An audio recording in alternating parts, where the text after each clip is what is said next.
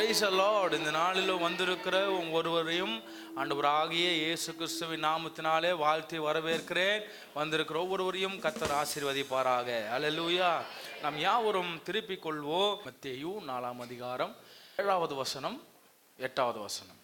போராட்டத்தை போராடினேன், ஓட்டத்தை முடித்தேன், விசுவாசத்தை காத்து கொண்டேன். இது முதல் நீதியின் கிரீடம் எனக்காக வைக்கப்பட்டிருக்கிறது. நீதியுள்ள நியாயாதிபதியாகிய கர்த்தர் அந்நாளிலே அதை எனக்கு தந்தருளுவார். எனக்கு மாத்திரமல்ல, அவர் பிரசன்னமாகுதலை விரும்பும் யாவருக்கும் அதை தந்தருளுவார். அவர் பிரசன்னமாகுதலை விரும்பும் யாவருக்கும் அவர் அதை தந்தருளுவார். அல்லேலூயா. எதை? நீதியின் கிரீடத்தை அவர் நிச்சயமா அவருடைய ஆளுமைக்கு அடங்கி இருக்கிறவர்களுக்கு, அவருடைய பேச்சை கேட்கிறவங்களுக்கு, அவரை விசுவாசிகளுக்கு, அவருக்காக போராடுகிறவர்களுக்கு, அவருக்காக நல்ல ஓட்டத்தை ஓடுகிறவர்களுக்கு நிச்சயமா நீதியின் கிரீடம் உண்டு. அல்லேலூயா, அல்லேலூயா.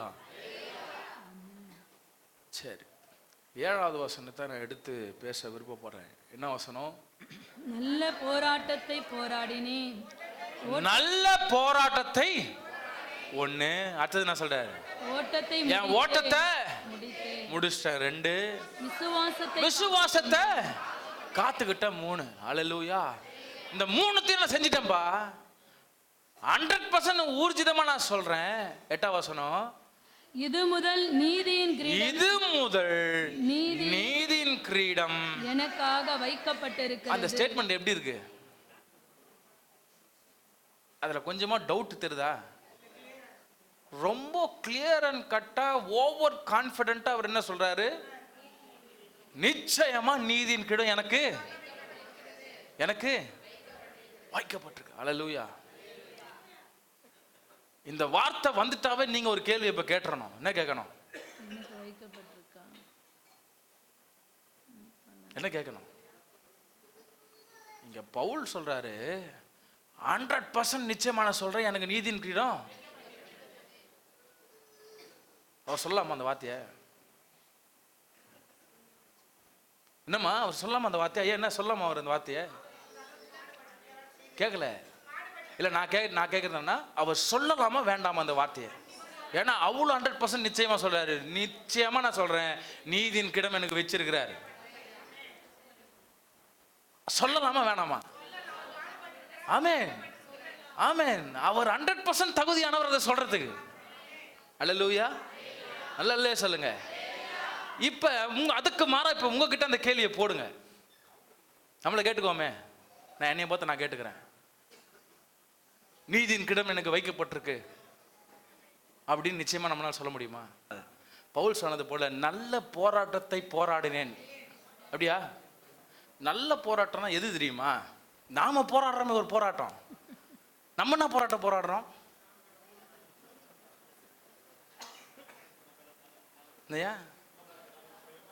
அது என்ன?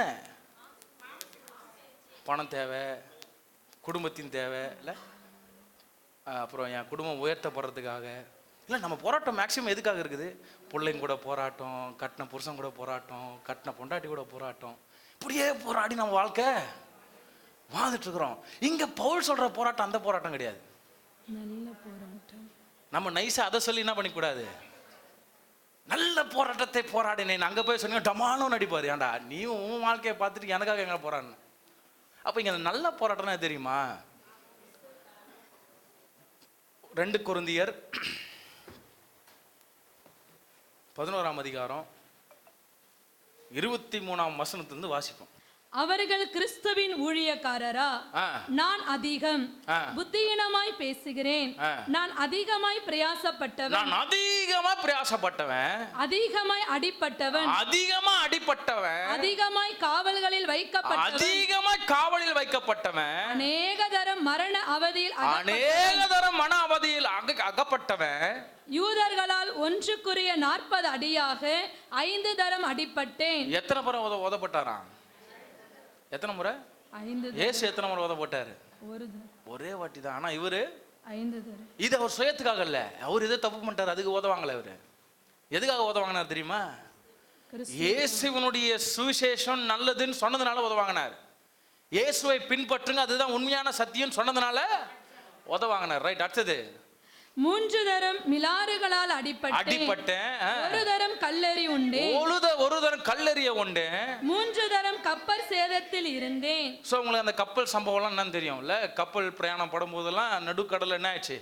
பெரிய ஆள உண்டாகி அங்கேயே முழுகி போற சூழ்நிலாம் உண்டாச்சு இல்ல? அப்புறம் கடலிலே ஒரு ராப்பகல் முழுவதும் போக்கினேன். அநேக தரம் பிரயாணம் பண்ணினேன். ஆறுகளால் வந்த மோசங்களிலும் கல்லரால் வந்த மோசங்களிலும் என் சுய ஜனங்களால் வந்த மோசங்களிலும் அந்நிய ஜனங்களால் வந்த மோசங்களிலும். எத்தனை மோசம் பாருங்க. அப்படின்னா என்ன? அவர் படாத மோசமே பாருங்க. லைனா சொல்றாரு, வாசிங்க திரும்ப மறுபடியும். அநேக தரம் பிரயாணம் பண்ணினேன். அவர் நான் ஓடின ஓட்டத்துல, நான் நடந்த பாதையில நான் பார்த்த அத்தனை ஜனங்களும் எனக்கு என்னதான் செய்தாங்க? அப்படிதானே சொல்ல வர்றாரு. மறுபடியும் வாசிங்க. அத ஆறுகளால் வந்த மோசங்களிலும் கல்லரால் வந்த மோசம், என் சுய ஜனங்களால் வந்த மோசங்களிலும், என் சொந்த ஜனத்தினால வந்த மோசம், அந்நிய ஜனங்களால் வந்த மோசங்களிலும், சுத்தி இருக்கிற ஜனங்களால வந்த மோசம், பட்டணங்களில் உண்டான மோசங்களிலும், வனாந்தரத்தில் உண்டான மோசங்களிலும், சமுத்திரத்தில் உண்டான மோசங்களிலும், கள்ள சகோதரிடத்தில் உண்டான மோசங்களிலும், பிரயாசத்திலும் வருத்தத்திலும், அநேக முறை கண் விழிப்புகளிலும், பசியிலும் தாகத்திலும், அநேக முறை உபவாசங்களிலும் குளிரிலும் நிர்வாணத்திலும் இருந்தேன். இவை முதலானவைகள் அல்லாமல் எல்லா சபைகளை குறித்தும் எனக்கு உண்டாயிருக்கிற கவலை என்னை நாள்தோறும் நெருக்குகிறது. அல்லேலூயா. அதாவது அவர் பட்ட அத்தனை கஷ்டத்தையும் இந்த ஒரு 4 வசனத்துல சொல்லி முடிச்சிட்டாரு. அல்லேலூயா. ஆக்சுவலாக அது ஒவ்வொரு இதிலையும் கிட்டத்தட்ட சரித்திரம் சொல்லுது. பவுலனுடைய ஊழிய பாதை எவ்வளோன்னா 10,000 மைலாம். 10,000 மைல் அவர் நடந்து என்ன செய்தார்? என்ன செய்தார்? அவர் சொந்த வியாபாரத்தை செய்யல. அவர் என்ன செய்தாரு? ஊழியத்துக்காக ஓடினது. எத்தனை மைலு அப்படின்னா கிலோமீட்டர் கணக்கு பண்ணா 16,000 கிலோமீட்டர் நடந்திருக்கிறார். அல்லேலூயா. அல்லேலூயா. பவுல் தனக்கு எல்லாவித குறையும் இருந்துச்சு. ஆமே. நான் பலமுறை ஷேர் பண்ணியிருக்கிறேன்னு நினைக்கிறேன். பவுலுக்கு நல்ல கால்கள், திடமான கால்கள் அவர் கிடையாது. பார்வையும் சரியான பார்வை கிடையாது. ஆளும் ரொம்ப குட்டி. அல்லேலூயா. சம்பாத்தியம் அவருக்கு யாரோ ஃபண்டெல்லாம் பண்ணல. அவருக்கு யாரும் ஃபண்டு பண்ணுறதுக்கு கிடையாது. எந்த ஃபாரினரும் அவருக்கு ஃபண்டு பண்ணுறதுக்கு கிடையவே கிடையாது. அவராதான் சம்பாரிச்சு சாப்பிடணும். எல்லா தேவைகள் மத்தியிலே தான். அல்லேலூயா. அப்படின்னா ஒரு சராசரியான ஒரு மனுஷனை போல தான் அவரும் வாழ்ந்துக்கிட்டு இருக்காரு. அதன் மத்தியில் அவருடைய அந்த விடாப்புடி இருதயத்தை நம்ம பார்க்கணும். அல்லேலூயா. 16,000 கிலோமீட்டர் அவர் நடந்து ஊழியத்தை நிறைவேற்றுறாருன்னா சும்மாவே கிடையாது. எத்தனை ராமன் சொல்றீங்க? அது சும்மாவே கிடையாது. அப்படின்னா என்ன? அவ்வளவு அவருக்குள்ள என்ன இருந்திருக்கு? என்ன இருந்திருக்குதுங்க? அவரே என் ரட்சணிய கொம்பு. அவரை தவிர நான் வேற யாருக்கும் இடத்தை கொடுக்கவே, அது சொந்த சரீரமாவே இருந்தாலும் சரி. அல்லேலூயா. நல்ல ஒரு அல்லே சொல்லுங்க. அத்தனை பாடுகளின் மத்தியிலும் அவர் கர்த்தருக்காக ஊழியத்தை நிறைவேற்றினார். ஆமென். நல்ல ஒரு ஆமென் சொல்லுங்க. கிட்டத்தட்ட பார்த்தீங்கன்னா அவர் கட்டின சபைகள் மட்டும் 20 சர்ச்சஸ் சொல்றாங்க. ஆசியா தேசம் முழுவதும், யூரோப் கண்ட்ரிஸ் முழுவதும் எத்தனை சபைகளை நிறுவினார்? 20 சபைகளை நிறுவினார். ஒருவேளை உங்களுக்குள்ள அந்த கேள்வி வரலாம், அவர் பவுல் அவரு செஞ்சாரு இல்ல? அவர் இயேசு அவர் செய்வாரு. முக்கால்வாசி நம்ம இப்படியே சாக்கு பேசி நம்ம என்ன செய்வோம்? நாட்களை கழிப்போம். ஆனா சொல்றேன், முகாந்திரம் இல்லாமல் நீங்க அழைக்கப்படவே இல்லை. அல்லேலூயா. இன்னொரு காரியம், நம்ம ஸ்டார்டிங்ல கூட அந்த ஒரு வார்த்தையை கவனிச்சோம். அழைத்த தேவனுக்கு நம்ம உண்மை உள்ளவளா இருக்கணுங்க. அல்லேலூயா. ஏன் அந்த கேள்வி உங்களுக்குள்ள வந்துச்சுன்னா, நீங்க ஒன்று சொல்லிக்கங்க, ஏன்னா பக்கத்தில் இருக்கவன் 1000 பாடல அவன் நல்லாவே இல்லை, ஆனால் 1000 பாடு எனக்கு இருந்தாலும் நான் நல்லா இருக்கிறேன். அல்லேலூயா. அதாவது இழிவான கம்பேரிசன் கிடையாது, ஆனால் நீங்கள் புரிஞ்சிக்க வேண்டிய கம்பேரிசன் இது. அத்தனை பேர் ஆமென் சொல்றீங்க? 1000 பாடுகள் மத்தியில் அவன் இன்னும் நாசமாக தான் இருக்கிறான், ஆனால் 1000 பாடு எனக்கு இருந்தாலுமே நான் நாசமாக இல்லை. அதுக்காக நான் அவருக்கு ஓடி உழைச்சே ஆகணும். இது மாதிரி ஆமென் சொல்றீங்க? ஆமென் சொல்றீங்க? நம்ம கூட இருக்கிறவங்க, நம்ம நல்லா பேசுறோம், நான் நண்பர்களே எத்தனை பேர் ஹாஸ்பிட்டல்ல கை கால் இல்லாமல் விளங்காம உட்காந்துருக்காங்க. ஆனால் இன்னைக்கும் கர்த்தர் நமக்கு நல்ல கைகளை, நல்ல கால்களை, நல்ல பேசத்தக்க திராணியை, நல்ல உலாவத்தக்க திராணியை கர்த்தர் கொடுத்துருக்காரு. நம்ம ஊழியம் செய்யணும். அல்லேலூயா. இவருக்கு ஒண்ணுமே முடியலனாலும் ஓடி 16,000 கிலோமீட்டர் ஓடி 20 சபைகளை நிறுவி இருக்கிறார்னா நல்லா இருக்கிற நம்ம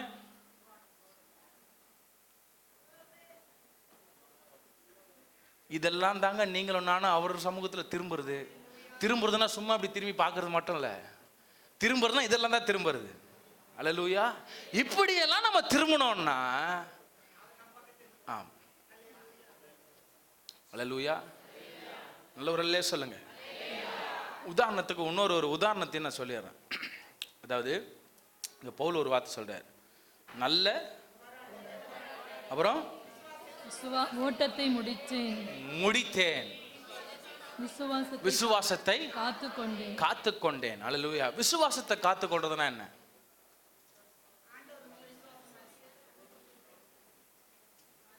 என்ன?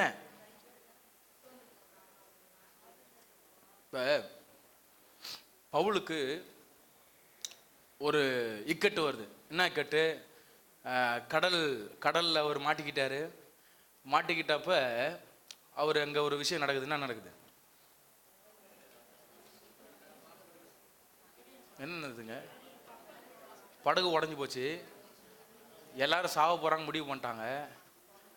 சரி எப்படியோ கடவுள் என்ன பண்ணிட்டாரு, கரையும் சேர்ந்துட்டாங்க. அங்க அவங்க நல்லா இல்லை. அங்க போய் அக்கடான உட்கார நேரம் என்ன ஆகுது, கட்சி போட்டுருது. ஆக்சுவலி சொல்ல போனா அவர் சரித்திரம் அங்கேயே. ஆனா அவருடைய விசுவாசம் எப்படி தெரியுமாச்சு, என்னுடைய ஊழியம் ஒன்றும் முடியல, நான் போய் நிறைவேற்ற வேண்டிய ஒரு ஊழியம் ஒன்று பாக்கி இருக்கு, கட்டாயமா நான் சாக மாட்டேன். அல்லேலூயா. இதுதான் அந்த விசுவாசத்தை காத்துக்கொள்றது. ஒவ்வொரு விஷயத்திலையும் அவர் தனக்காக எதுவுமே பயன்படுத்தலாங்க, எங்கேயுமே பயன்படுத்தல. அவர் தனக்காக பயன்படுத்தினது எங்க தெரியுமா? தமஸ்குவுக்கு அவர் போற வழிக்கு முன்னாடி வரைக்கும் அவர் தமக்காக பயன்படுத்தினார். அல்லேலூயா. தமஸ்குவுக்கு போய், எருசலேம்ல இருந்து தமஸ்குவுக்கு போய் என்ன செய்ய போறாரு? இயேசுவை ஆராதிக்கிற ஜனங்களை கொல்லும்படியா போறாரு. அதுக்கு முன்னாடி வரைக்கும் சவுல் எப்பேற்பட்டவர்? மொட்டத்தன்மான ஆளு, சுயத்துக்காக நாடுற ஆளு, தனக்காக சிந்திக்கிற ஆளு, ஏன் என்னுடைய பாலிசி தான் தி பெஸ்ட்னு சொல்ற ஆளு இல்ல. இப்படி வாழ்ந்த பவுல் தமஸ்கு பயணத்துக்கு பிறகு அப்படியே டோட்டலா என்ன பண்றாரு? இது எதனால வந்துச்சு அப்படின்னா, இயேசு அவரை முகமுகமாய் சந்தித்தார். அல்லேலூயா. அவர் சந்தித்த அந்த நாளிலே அவருக்கு ஒரு பெரிய திருப்பமான. எத்தனை ஆமென் சொல்றீங்க? எத்தனை ஆமென் சொல்றீங்க? பவுலை சந்தித்த இயேசு கிறிஸ்து நம்மையும் சந்திச்சிருக்கிறார். பவுலுக்கு ஒரு பெரிய திருப்புமுனை உண்டாயிருக்குன்னா உங்களுக்கு எனக்கும் கட்டாயமா என்ன ஆயிருக்கணும்? அல்லேலூயா. அது நீங்க அதுல ஒரு விஷயம் மறைஞ்சிருக்கு பாருங்க. இப்ப நம்மளும் பவுலை போல என்ன பண்ணப்பட்டிருக்கிறோம்? என்ன பண்ணப்பட்டிருக்கோங்க? அழைக்கப்பட்டிருக்கிறோம் இல்ல. இயேசு உங்களை என்னையும் என்ன பண்ணியிருக்காரு? சந்திச்சிருக்கிறாரா இல்லையா? எதுவுமே ஆமென் சொல்றீங்க? ஆமெனா இல்லைங்களாங்க? சந்திச்சிருக்கிறார்ல. அதே போலதான் பவுல் என்ன பண்ணாரு. ஆனா இங்க முடிவு என்ன தெரியுமா? திரும்ப நான் அந்த கான்செப்டுக்கு வரேன். பவுல் எடுக்கிறதா இங்க முடிவு. ஒருவேளை பவுல் ரட்சிக்கப்பட்டதோட அமைதியா இயேசுவை மாத்திரம் அழைச்சு அவர் மட்டும் நம்பிட்டு என்ன பண்ணிருக்கலாம்? போயிருக்கலாம். ஆனா அவர் அங்க நிக்கல. அவர் என்ன செய்யறாரு? அடுத்தது என்னை போல குருடர்களா இருக்கிற பலரையும் நான் கண்விழிக்க செய்யணும்னு எழும்பி ஓடுறார். அல்லேலூயா. இப்ப உங்க முகாந்திரம் புரிஞ்சிச்சா? இப்ப முடிவெடுக்க வேண்டியது யாருதான்? கர்த்தர் பயன்படுத்த ரெடி. கர்த்தர் உங்களை எடுத்து நடத்த. ஆனா பயன்பட வேண்டியது யாருகிட்ட இருக்கு? பயன்படுத்த வேண்டியது யாருகிட்ட இருக்கு? சொல்லுங்கம்மா ஐயா, சொல்லுங்க. யார்தான்? நான் தான் முடிவெடுத்து பயன்படணும். அல்லேலூயா. அவர் எதை சொல்றாரு? பவுல் என்ன சொல்றாரு? என்ன சொன்னாருங்க? அவர் நிறைய சொன்னாரு. எதை நீங்க கேக்குறீங்களா? இல்ல, 2 கொரிந்தியர் வாசிச்சோம்ல, அநேக தரம் பிரயாணம் பண்ணினேன், அநேக தரம் பிரயாணம் பண்ணினேன், ஆறுகளால் வந்த மோசங்கள். இங்க ஒண்ணு பாருங்க, ஒண்ணு பாருங்க. ஊழியத்துல இது எதுவும் என்ன பண்ணல, தடப்படுத்தலன்னு சொல்றாரு. அல்லேலூயா. எல்லாம் இருக்குங்க. உங்களை நாசம் பண்ணுவாங்க, மோசம் பண்ணுவாங்க, உங்களை உங்களை உங்களை அசைப்பாங்க, உங்களுடைய ஈகோவை தொடுவாங்க, எல்லாம் நடக்கும். அல்லேலூயா. உங்களை கொஞ்சம் அசைச்சு பார்ப்பாங்க, உங்களை தேவையில்லாம பேசி பார்ப்பாங்க, எல்லாமே நடக்கும். உங்களை மதிக்க மாட்டாங்க, உங்களை தூர தள்ளி வைப்பாங்க, உங்களை மதிக்காம அவங்களே எல்லாத்தையும் எடுத்து செய்வாங்க, எல்லா விஷயமும் நடக்கும். ஆனாலும் உங்களுக்குள்ள ஒரு பிக் கான்செப்ட் இருக்கணும். நான் ஊழியம் செய்வது இவர்களுக்காக அவர்களுக்காக அல்ல, நான் ஊழியம் செய்வது என் கர்த்தருக்காக, என் கர்த்தருடைய ராஜ்யம் கட்டப்படுவதற்காக. அல்லேலூயா. வேற எதற்காகவும் நான் ஊழியத்தை செய்யல. அல்லேலூயா. என்ன அவங்க பிரயோஜனப்படல, இவங்க பிரயோஜனப்படல, என்னம்னா நீங்க தயவு செய்து வேண்டாம். உங்களுக்கான ஒரு இடம் நிற்கும் கட்டாயமா. அந்த இடம் வரும், அந்த இடத்துக்கான அழைப்பு உங்களை தேடி வரும். அந்த அழைப்பை பிடிச்சு அந்த இடத்துல ஷைன் ஆகும். அல்லேலூயா. நிச்சயம் வச்சிருப்பார். மறுபடியும் சொல்றேன், முகாந்திரம் இல்லாமல் நீங்களும் நானும் அழைக்கப்படவே இல்லை. அல்லேலூயா. ஏன் அப்படின்னா நாம ரட்சிப்படையலைன்னா, நாம தெரிந்து கொள்ளப்பட்டில்லை அப்படின்னா, நம்ம என்னைக்கோ இந்த வேர்டை ரிமெம்பர் பண்ணிக்கிட்டே இருங்க. நம்ம என்னைக்கோ அவர் நம்மளை தேடி வந்த நோக்கம், அவர் நம்மளை அழைச்ச நோக்கம், கிறிஸ்தவ பெற்றோர்கள் வயிற்றில் பிறக்க வச்ச நோக்கம், ஊழியக்கார வயிற்றில் பெற்ற வச்ச நோக்கம், நீங்களும் நானும் அவருக்காக. அல்லேலூயா. the very concept beginningலயே அவர் சொல்லிட்டார். அல்லேலூயா. என்ன கான்செப்ட் சொல்லிட்டாரு? இந்த உலகத்தை படைச்சு அவர் என்ன பண்ணாரு? அதோடு நிப்பாட்டிங்களே. ஆதாம் ஏவாளை படிச்சு பழகி போறீங்கன்னு சொன்னாரா? சரி சொன்னாரு. ஆண்டு கொள்ளுங்கன்னு சொன்னார், ரைட். ஆனா நோக்கத்தை நான் கேட்கிறேன், சொல்லுவீங்கன்னு எதிர்பார்க்கிறேன். ஆதாம் ஏவாளை எதுக்கு படிச்சார்?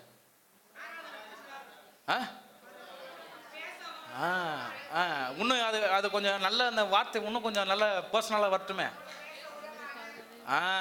அதை தான் எதிர்பார்த்தேன். ஆதாம் ஏவாளை எதுக்கு படைச்சாரு? அவருக்காக. பேச, உறவாட, சந்தோஷமா இருக்க, நான் வருவேன், நீ நில்லு, நான் பேசணும் உங்ககிட்ட. இதுக்கு தான் அவர் ஆதாம் ஏவாளையே படைச்சார். நீ போய் சாப்பிடு, பழுகி பெருகலாம், அது அடுத்த ரீசன். ஆனா first the very most reason என்னன்னா, நானும் நீயும் பேசணும், எனக்கு ஒரு ஆதரவா நீ இருக்கணும். பாருங்க, ஆதரவு எதிர்பார்க்கிறாரு.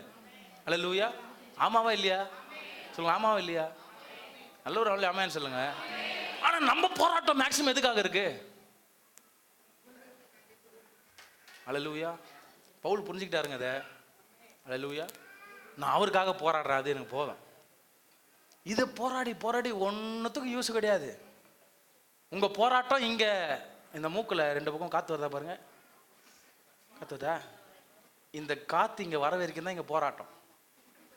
இந்த காத்து இங்க நின்னுச்சுன்னு வச்சுக்காங்களேன், அங்க போய் போராடக்கூடாது.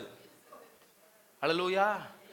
இங்க நீங்க நல்ல போராட்டத்தை போராடினீங்கன்னா அங்க போய் அப்படியே மெஜஸ்டிக்கா நிக்கலாம். அங்க போய் அழகா இயேசு உங்களுக்கு முன்னாடி வந்து அழகா அந்த கிரீடத்தை என்ன பண்ணுவாரு? நீதியின் கிரீடத்தை வைப்பாரு. அல்லேலூயா. அல்லேலூயா. வெரி சிம்பிளான ஒரு உதாரணத்தில் நான் சொல்றேன் பாருங்க. ஒரு ராஜ்யம் இருக்குன்னு வச்சுக்கிறீங்களேன். ஒரு ராஜ்யம் இருக்குன்னா அதுல ஒரு ராஜா கட்டாயமா இருப்பார், சரியா? அந்த ராஜாவுக்கு 10 பிள்ளைங்க இருக்கிறாங்க. அந்த ராஜாவுக்கு வயசு முதிர் வயது ஆயிடுச்சு. அந்த ராஜா இப்ப பெற்ற பிள்ளைங்களை ஏதோ ஒரு பிள்ளை என்ன பண்ணி ஆகணும்? ஏதோ ஒரு பிள்ளைய என்ன பண்ணி ஆகணுமா? சிம்மாசனத்தில் உட்காந்து என்ன பண்ணி ஆகணும்? முடிச்சு விட்டணும். ஆமாவா இல்லையா? சொல்லுங்களேன். பவுல் அதை தான் அப்படியே சூப்பராக நம்மளுக்கு எடுத்து காமிச்சாரு. நான் இப்படி தான் திரும்பினேன், சூப்பராக ஓடினேன், என் ஓட்டத்தை ஓடி முடிச்சேன், விசுவாசத்தை காத்து கொண்டேன். நிச்சயம் நான் சொல்றேன், எனக்கு நீதியின் கிடம் இருக்கு. அல்லேலூயா. எனக்கு நீதியின் கிடம் இருக்கு, அது உனக்கும் இருக்கு. அந்த வார்த்தையை சொல்லி முடிக்கிறாரு இல்ல? அந்த வசனம் கடைசியா வாசிங்க. இது முதல் நீதியின் கிரீடம் எனக்காக வைக்கப்பட்டிருக்கிறது. நீதி உள்ள நியாயாதிபதியாகிய கர்த்தர் அந்நாளிலே அதை எனக்கு தந்தருளுவார். எனக்கு மாத்திரமல்ல, அவர் பிரசன்னமாகுதலை விரும்பும் யாவருக்கும் அதை தந்தருளுவார். என்ன பண்ணுவாருங்களாங்க? அவர் பிரசன்னமாகுதலை அவருக்குள்ள அடங்கி. நீங்க நடுவில் யாரோ ஒருத்தவங்க சொன்னீங்களா, அவருக்கு பிரியமா வாழ்றவங்கள இல்ல, இந்த மாதிரி எல்லாருக்குமே என்ன கட்டாயமா கிடைக்கும்? நீதியின் கிரீடம் கிடைக்கும். அல்லேலூயா. ஏன்னு சொன்னா இந்த உலகம் நிச்சயம் இல்லாத உலகம். அல்லேலூயா. இன்னைக்கு நம்ம இருப்போம், நாளைக்கு காலையில நம்முடைய கண் விழிக்கும் பொழுது நம்ம இருப்போமா இல்லையாங்கிறது தெரியுமா? பிலிப்பியர் 1 அதிகாரம் 21-25 வாசிங்க. கிறிஸ்து எனக்கு ஜீவன், சாவு எனக்கு ஆதாயம். ஏதா சொல்லுங்க பாப்போம் எல்லாரும். சாவு எனக்கு ஆதாயம். செத்துட்டோம்னா நிம்மதியா போய் என்ன பண்ணிடலாம்? செஞ்ச பாவத்தோட போய் சேர்ந்துடலாம். இல்லைன்னா உள்ள வாழ்கிற வரைக்கும் நம்ம என்ன செய்யணும்? பாவத்தை செஞ்சிருவோமே, கணக்கு ஏறினே போவோமே எங்கள் அக்கௌண்ட்டு. டப்புன்னு செத்துறோம்னா நம்ம அக்கௌண்ட் என்ன பண்ணிடுறோம்? தப்பிப்போம்ல. அதை தான் எங்கள் பவுல் சொல்றாரு, கிறிஸ்து எனக்கு ஜீவன், நான் இப்போ செத்துட்டேன்னா எனக்கு அது ஆதாயம் தான். அல்லேலூயா. அல்லேலூயா சொல்லுங்க. நீங்களும் நானும் நிச்சயம் இல்லாத உலகத்தில் வாழ்கிறோம். தம்பி ராமேன்னு சொல்றீங்க.